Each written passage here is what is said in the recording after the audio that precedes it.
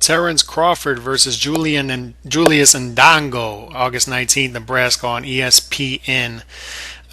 Calix Boxing here. Que bueno, mi gente. Hope everybody's doing well.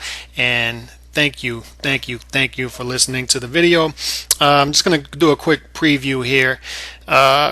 Two undefeated fighters unifying all the major belts at 140 pounds. So this is good for boxing. It's good for boxing. That being said, I expect Crawford to make easy work of Indongo, and I'll get to that in a minute. First of all, let me get to all the dimensions and whatnot and the records. 31-0, 22 KOs for Crawford. Julius Indongo, 22-0, 11 KOs, only a 50% KO percentage. With his resume and over his career and level of opposition he's fought up until recently, a 50% KO percentage isn't very good. However, that can be a little tricky, and I'll get to that in a minute. Both of these guys have fought 5 times in the past year and a half, which is what you want to see. That's what fighters are supposed to do, stay active, and both of these guys have been active. So props to both guys for that. This is Crawford's 8th career title defense. He comes in at 5'8", 70-inch reach. 5'8", 70-inch reach. For Indongo is 5'10", 71-inch reach. So he has a slight reach advantage and slight height advantage. And 5'10", 71-inch reach. He's a good size for the weight. Good size for a 140-pounder. This is his first fight in the States, and he's going to Terence Crawford's hometown. However, that's something that he's used to. In his past 2 fights, he went to Russia to fight Tryanovsky, and then he went to Scotland to fight Ricky Burns, and won both those fights, decisively and impressively. So that's what has everybody's ears sort of perked up here. It's a unification fight, a true unification fight.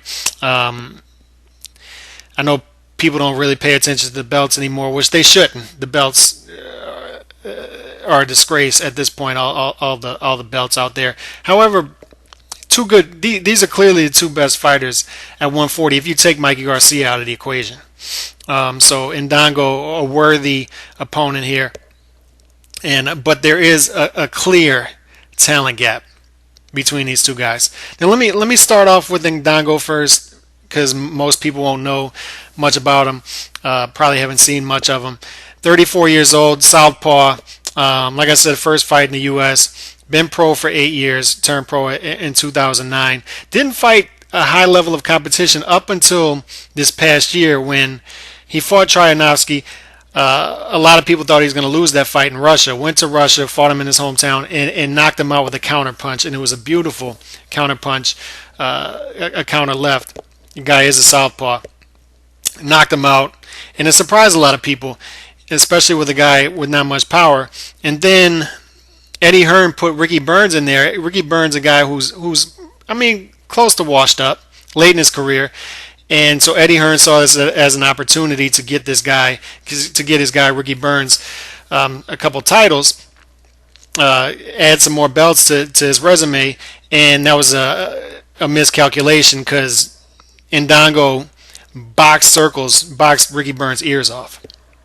So a good fighter. He's a good fighter, solid fighter. Has 2 good wins in his last 2 fights. So he's riding a wave right now. He's hot. That being said, Terence Crawford is not Ricky Burns. He's not Tryanovsky. And Indongo is going into hell in Nebraska because it's going to be when Terence Crawford fights in Nebraska, it's an event, and the crowd comes out, and Crawford is just a beast. He's an animal. If he's not he's a great fighter. Great talent, I should say. He's still got to add the resume to it, but great talent and has the potential to be a special fighter if he lives up to the potential. He's that talented. He's that super talented. I just don't see the thing with Indongo, his style. He's a southpaw. He's rangy. He's awkward. So he could. My hope as a boxing fan is that he doesn't stink the fight out. That's my hope. My thing though is Crawford is such a talented fighter that um, it's gonna be tough to stink him out. He has so many dimensions. Yeah, he can box, he can be patient, but he has a killer instinct too. He wants to stop guys. He has 5 stoppages in the last 6 fights. If the southpaw style gives him problems, starting off conventional, guess what? He's one of the few fighters that I've seen recently who can switch from conventional to southpaw, and there's not much of a difference. I mean, there's really no difference. I mean, you've seen fighters before. I remember Nonito Donaire. I used to always get frustrated because he would switch, and you could see a clear difference. But for whatever reason, he would switch for no reason, and you could see a clear difference between the two styles. With Crawford, there is no difference. I mean, he just. I mean, there's no fall off. I should say he can switch to southpaw right away and negate that southpaw style and set up his left hand, set up his right hand, his lead right, and there's no fall off.